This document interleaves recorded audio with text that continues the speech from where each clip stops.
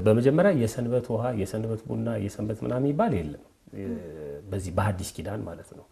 በኋላ ላይ መጣበታለሁኝ ግን ከምንጩ ብናየው ጥሩ ነው። አሁን ቅድም እንዳልኩት በኦሪቱ ሰንበት እንዴት ያከብሩ ነበር አይሁድ የሚለውን ነገር እንዳለ ገልብጠውታል አንዳንድ ሰዎች ወደዚህ ወደ ሐዲስ ኪዳኑ ማለት ነው። አሁንም አይሁድ አሁን ኢየሩሳሌም ብትሄጂ ልክ እንደዛው ነው የሚያከብሩት። በነገራችን ላይ የአይሁድ ሰንበት አከባበር በእኛ ሊቃውንትም ተተችቷል። በመጽሐፍ ቅዱስም ላይ ምትፈወሱባቸው ቀናቶች አሉ። በዚህ ቀን እንዴት ትፈወሳላችሁ ብለው እስኪከራከሩ ድረስ ፈውስ እንኳን አይቻልም ብለው በኋላ መጣበታሉ። በጣም የሚያሳዝንሽ አሁን ኢየሩሳሌም ስትሄጂ በአይሁድ ሰንበት ቀዳሚት ማለት ነው ሊፍቶቹ አውቶማቲካሊ በየፍሎሩ እንዲቆሙ ይደረጋል። ለምንድን ነው ያም የሆነው? የሊፍቱን በተን እንኳን መንካት አይችሉም እነሱ ሰንበትን ስለሚያከብሩ ማለት ነው። ልባር ከቤት ወጥተዋል ሊፍቱ ውስጥ ነው ያሉት፣ ግን በተኑን መንካት ሰንበትን መሻር ስለሆነ ዝም ብለው ነው የሚሰራ። ያ ደግሞ መንግስት ደግሞ ይሄን ስለሚያውቅ ሊፍቶቹ አውቶማቲካሊ በየፍሎሩ እያረፉ ነው የሚሄዱት። አንቺ አሁን 20ኛ ለመሄድ ከፈለግሽ እስከ ከአንድ ጀምሮ እየቆምሽ ነው መሄድ ያለብሽ ማለት ካለዛ በእግር ነው መሄድ ያለብሽ። እና እስከዚህ ድረስ ናቸው። በጭራ ምንድነው የሚሉት እንደውም ሊቃውንቱ ካጠፉ ሳይዘረጉ ከዘረጉ ሳያጥፉ ነው ሰንበትን የሚያከብሩት። ያንን እንዳለ ተግባራዊ ያደርገናል አንዳንድ ሰዎች ማለት ነው።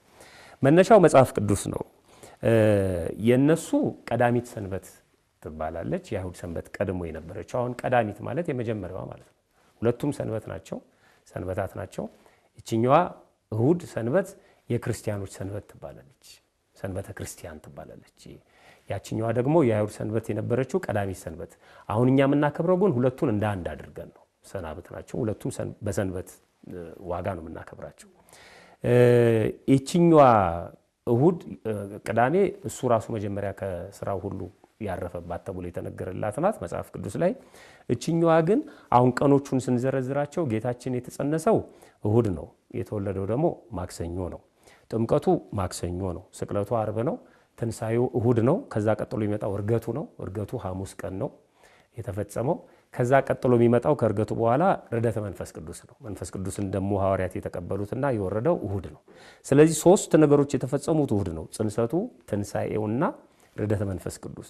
የሐዲስ ኪዳን የክርስቲያኖች ሰንበት የምትባለው እሁድ ለዚህ ነው። በሐዲስ ኪዳን በክርስቶስ ምክንያት ይችን ደግሞ ሰንበት አድርገው ክርስቲያኖች ተቀብሏታል፣ ሊቃውንቱ ተቀብለው እናከብራታለን ማለት ነው። መነሻው መጽሐፍ ቅዱስ ነው። አጠቃላይ የሰንበት አከባበር በተመለከተ ለምሳሌ ኦሪት ዘዳግም ምዕራፍ 5 ቁጥር 14 ላይ ሰባተኛው ቀን ግን ለእግዚአብሔር አምላክ ሰንበት ነው።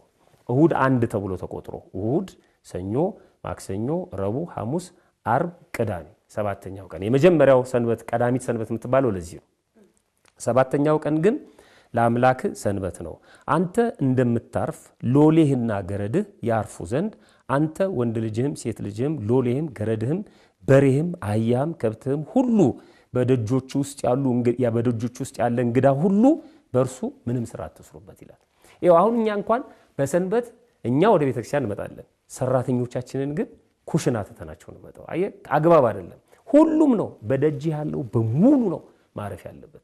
አሁን ከዚህ አንፃር እኔ ሰንበትን ቤተክርስቲያን ሄጄ ማሳለፍ ስላለብኝ የቅዳሜና የእሁድን ስራ አርብ መስራት አለብን ብለው ሰዎች አርብ ዕለት ሰርተው ከሆነ ችግር የለውም። አሁን የሰንበት ቡና ምናምን አንጠጣ የሚሉ ሰው አዘጋጅተው የተወቀጠውን ቡና ከመውቀጥ የተቀዳውን ቡና ከመቅዳት የማን ውሃ ከመቅዳት አዘጋጅተው የሰንበትን ጊዜ እንዳያወክባቸው አድርገውት ከሆነ ችግር የለውም በራሱ ማለት ነው። ሰንበትን ለማክበር ቀድሞ ስራቸውን ጨርሰው ይቀጥልና አንተም በግብጽ ባሪያ እንደነበርክ አስብ፣ እግዚአብሔር አምላክ በጸና እጅና በተዘረጋ ክንድ ከዚያ ወጣ። አንተም ድሮ ባሪያ ነበርክ፣ ስለዚህ ባሪያንም አሳርፈው ምንም እንኳን ጌታ ነኝ ብትልም ማለት ነው እያለው ነው። ስለዚህ እግዚአብሔር አምላክ የሰንበትን ቀን ተጠብቅ ዘንድ አዘዘ ይላል። ይሄን ይዘው አይሁድ ምንም ስራ አይሰሩበትም በዛ በቀዳሚው ማለት ነው። አሁን ግን እኛ በሐዲስ ኪዳን ግን ምንም ስራ አይሰራበትም ብለን እንዳይሁድ አናከብረው። ስራ እንሰራለን። የምንሰራው ስራ ግን በጣም የሚያደክም ብዙ መንገድ የሚያስኬድ ሰንበትን እስከ ማሻር ቅዳሴያችንን ሌሎች ነገሮች እስከ ማስታጎል የሚደርስ ግን አይደለም። ስራ ፈታችሁ ተቀመጡ የሚል ህግ የለም።